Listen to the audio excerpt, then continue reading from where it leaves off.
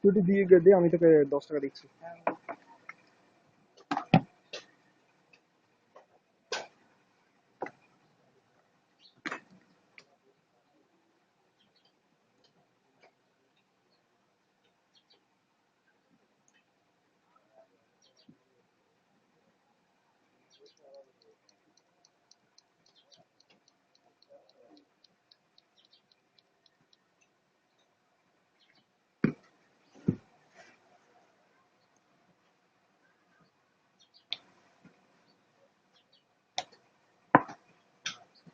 দেখুন তো,